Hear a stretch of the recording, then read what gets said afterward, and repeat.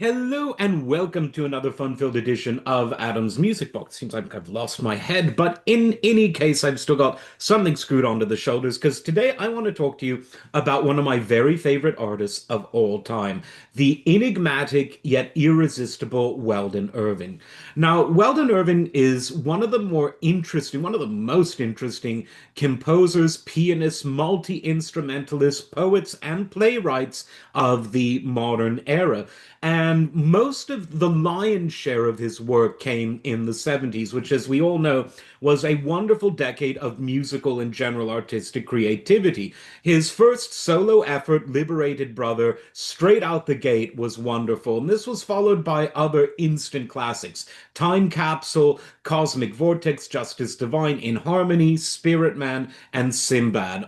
He recorded across different labels, including RCA, and the In Harmony album was on the legendary Strata East album, a label for and by musicians. And what you'll hear on all of these very unique albums is wonderful composition, really exciting arrangement, virtuosic playing that is really equal parts modern jazz and equal parts funk and soul. There's really something in it for everyone. And while the music is incredibly sophisticated and at times complex, it's also accessible and, like I said, irresistible.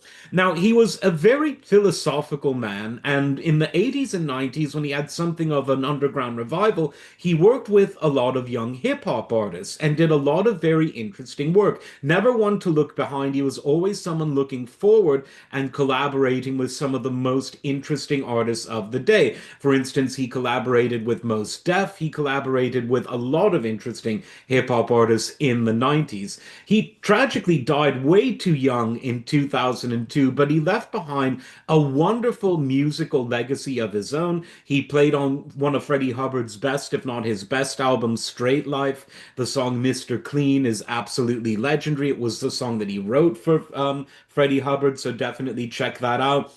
And go through all of his albums, which I think most, if not all of them, at least from his golden era, are now on your Spotify's and your Whatifies and all of the restifies. So check all of that out and don't underrate Weldon Irving. He's right up there with some of the best keyboard-driven composers, artists, and great minds of the 70s and beyond.